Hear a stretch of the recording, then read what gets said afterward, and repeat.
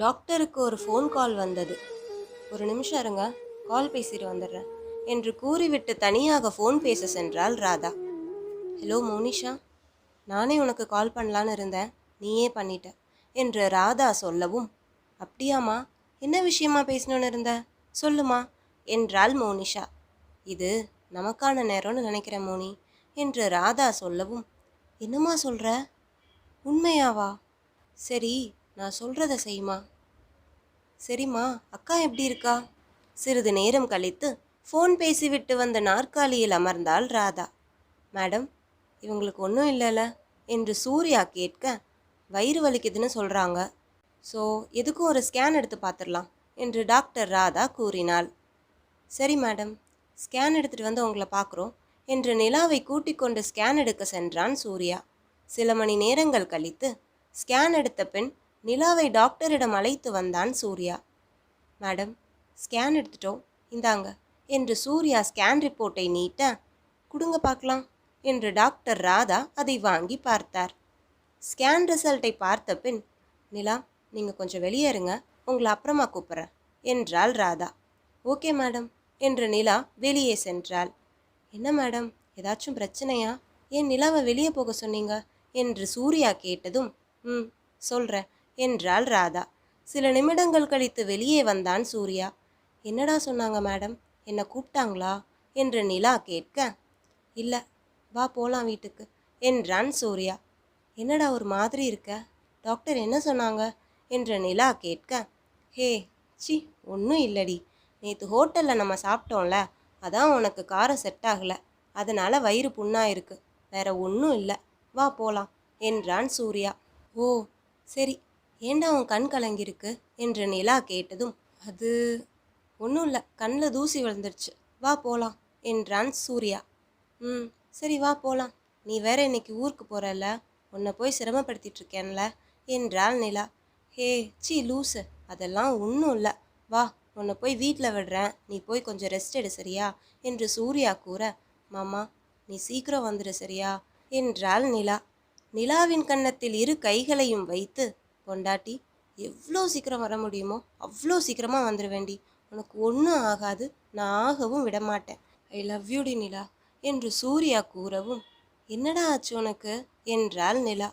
ஒன்றும் இல்லடி, சரி இந்த மாத்திரையெல்லாம் சரியாக சாப்பிடு, ஏதாச்சும் ஒன்றுனா விக்ரம்க்கு கால் பண்ணு என்று கூறினான் சூர்யா.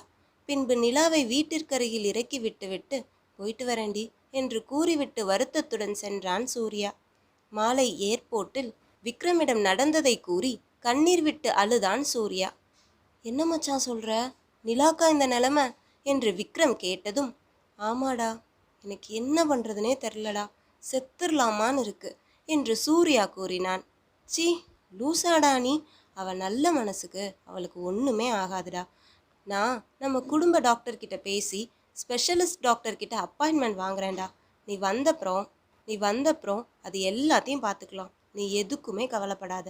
சரி மச்சான், எந்த நாடாக இருந்தாலும் பரவாயில்ல, நீ அப்பாயின்மெண்ட் வாங்கு, நான் கூட்டிகிட்டு போகிறேன் அவளை என்றான் சூர்யா.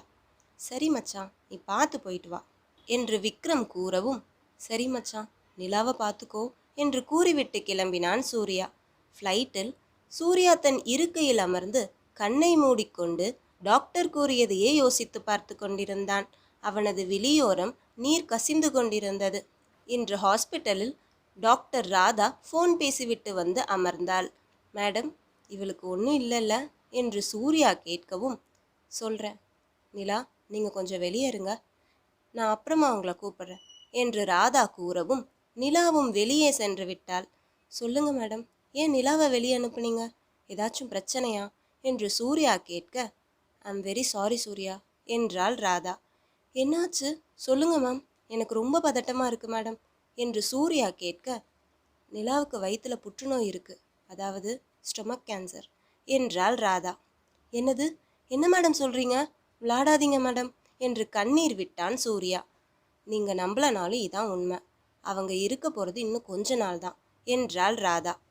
மேடம் அப்படிலாம் சொல்லாதீங்க, காப்பாற்ற வழியே இல்லையா என்று சூர்யா கேட்டதும், சாரி டூ லேட், நீங்கள் முன்னாடியே வந்திருக்கணும் என்றாள் ராதா.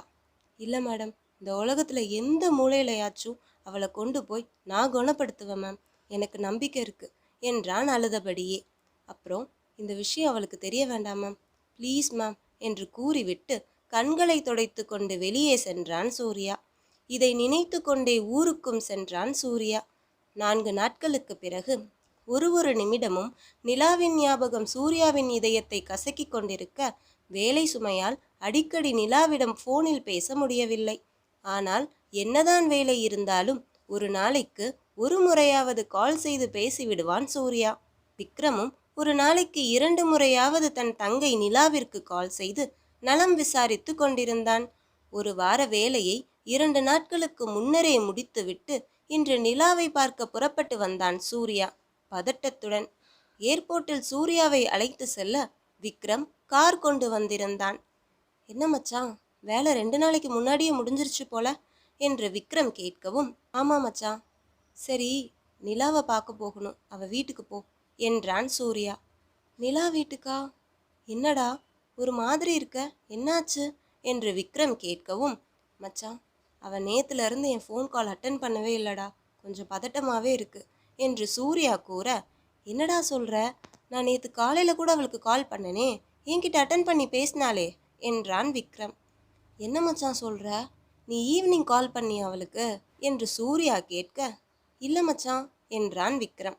மச்சான் நான் நேற்று ஈவினிங்லேருந்து கால் பண்ணுறேன்டா, இப்போ வரைக்கும் என் கால் அட்டன் பண்ணலாவ, நீ வீட்டுக்கு போ, பார்த்துக்கலாம் எதுனாலும் என்றான் சூர்யா.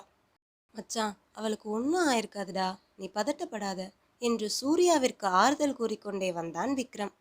நிலாவின் வீட்டு வாசலில் காரை நிறுத்தினான் விக்ரம். மச்சான் நீ இங்கேயே வெயிட் பண்ணு, நான் உள்ளே போய் பார்த்துட்டு வந்துடுறேன் என்று கூறிவிட்டு சென்றான் சூர்யா. நிலா நிலா என்று அழைத்து கதவை தட்டினான். ஆனால் யாருமே கதவை திறக்கவில்லை. நிலாவின் செருப்பு மட்டும் வெளியே இருந்தது. பின்பு லாக் பண்ணாமல் இருந்ததால் கதவை திறந்து உள்ளே சென்றான் சூர்யா. உள்ளே சென்று பார்த்தால் உள்ளே யாருமே இல்லை. அனைவரும் வெளியே சென்றிருப்பார்களோ என்று நினைத்து கொண்டு திரும்ப செல்ல முடிவெடுத்தான் சூர்யா. பின்பு நினைவுக்கு வந்தவனாய், நிலாவோட செருப்பு வெளியே இருக்கு, வீட்டையும் லாக் பண்ணாம எல்லாரும் வெளியே போயிருக்க மாட்டாங்க, அப்போ நிலா உள்ளதான் இருப்பாளோ என்று நினைத்து கொண்டு வேகமாக சென்று ஒரு அறையின் கதவை திறந்து பார்த்தான் சூர்யா. பின்பு பெருமூச்சு விட்டு நிம்மதி அடைந்தான்.